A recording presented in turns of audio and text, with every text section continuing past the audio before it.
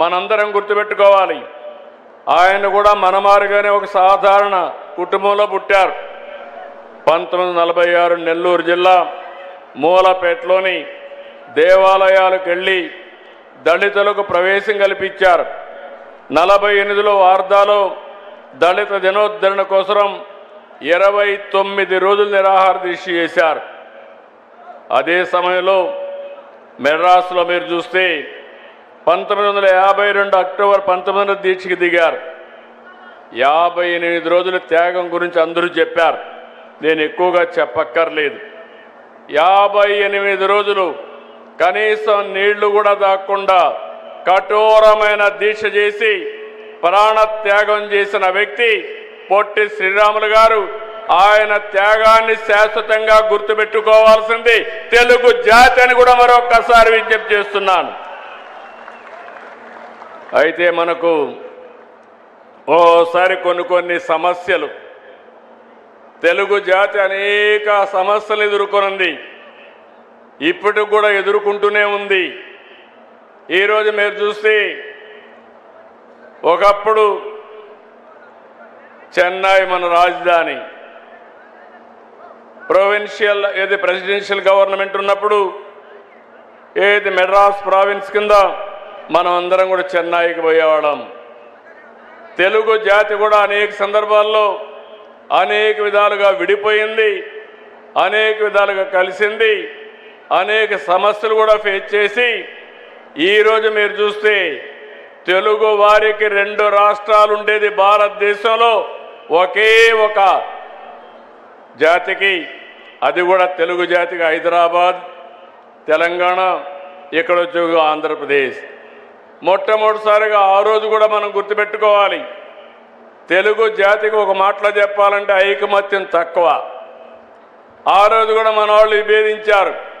ప్రాణ త్యాగం చేసి పొట్టి శ్రీరాములు గారు త్యాగం చేసి తెలుగు భాషా ప్రయుక్త రాష్ట్రాన్ని ఇప్పిస్తే ఎక్కడ పెట్టాలని ఆలోచించి కొంతమంది కర్నూలు, కొంతమంది విజయవాడ, కొంతమంది విశాఖపట్నం, ఫైనల్గా కర్నూలు రాజధానిగా గుంటూరు హైకోర్టు పెట్టి రాజీ ఫార్ములాకు వచ్చారు. ఆ రోజు కూడా ఒకటే ఆలోచించారు, మళ్ళీ హైదరాబాద్ పోతున్నాం, తెలుగు రాష్ట్రం ఒక రాష్ట్రంగా ఉంటుందని ఆలోచించి పెడితే మళ్ళీ 1953 అక్టోబర్ 1న కర్నూలు రాజధాని, 1956 నవంబర్ 1న హైదరాబాద్ రాజధానిగా ఆంధ్రప్రదేశ్ రాష్ట్ర అవతరణ, మళ్ళీ 2014 జూన్ 2న నవ్యాంధ్ర ఆవిర్భావం. ఏ రాష్ట్రం కూడా ఇన్ని సమస్యలు ఫేస్ చేయలేదు.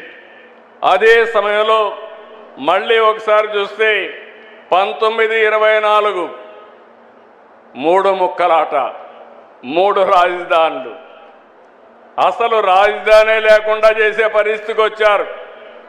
అంటే దీన్ని చూసిన తర్వాత మనందరం గుర్తుపెట్టుకోవాల్సింది 1924 ఈరోజు ఇక్కడ చూస్తున్నాం. నేను ఎప్పుడు ఆలోచిస్తాను, ప్రజా రాజధాని ఈ అమరావతి, దేవతల రాజధాని అమరావతి. దేవతలు ఉండేది అమరావతిలో. ఇక్కడ ఈ కలియుగంలో మనమందరం ఉండబోయేది అమరావతి అని మరొకసారి మీకు గుర్తు చేస్తున్నాను. అలాంటి రాజధానిని ఎన్ని ఆటలాడారంటే చాలా బాధేస్తుంది. శ్మశానం అన్నారు, ఎడారన్నారు, ఇది లాభం లేదన్నారు. ఏదైతే పొట్టి శ్రీరాములు గారి త్యాగాన్ని బిగినింగ్లో గుర్తించలేదో, ప్రాణ త్యాగం చేసిన తర్వాత ఏ విధంగా అయితే గుర్తించారో ఇక్కడ కూడా ఒక త్యాగం ఉంది. ప్రపంచంలో ఎక్కడా జరగలేదు. 29,000 మంది రైతులు, 33,000 ఎకరాలు, ఒక్క పైసా తీసుకోకుండా ల్యాండ్ పోలింగ్లో ల్యాండ్ ఇచ్చారంటే అదొక స్ఫూర్తి, ఇదొక చరిత్ర. మన దగ్గర డబ్బులు లేవు. డబ్బులు లేకపోతే అమరావతి కట్టాలి. నేను ఒకటే ఆలోచించాం, అమరావతి కట్టాలంటే డబ్బులు లేనప్పుడు ఏం చేయాలని ఆలోచించినప్పుడు మీలో కూడా కొంతమందికి ఆలోచనలు వస్తూ ఉంటాయి. నాకు కొత్త ఆలోచన వచ్చింది, అదే ల్యాండ్ పూలింగ్. రాజధాని నిర్మాణంలో ప్రజల్ని భాగస్వాములు చేయడం, భాగస్వాములు చేసి తద్వారా వాళ్ళు బాగుపడతారు, రాజధాని కట్టడానికి సులభం అవుతుంది. అందుకే ఆ రోజు నేను ఆలోచించినప్పుడు ఒకటే చెప్పాను, ప్రతి సంవత్సరం మీకు కావలసి ఉంటే కొంత డబ్బులు ఆర్థిక సహాయం చేస్తాం.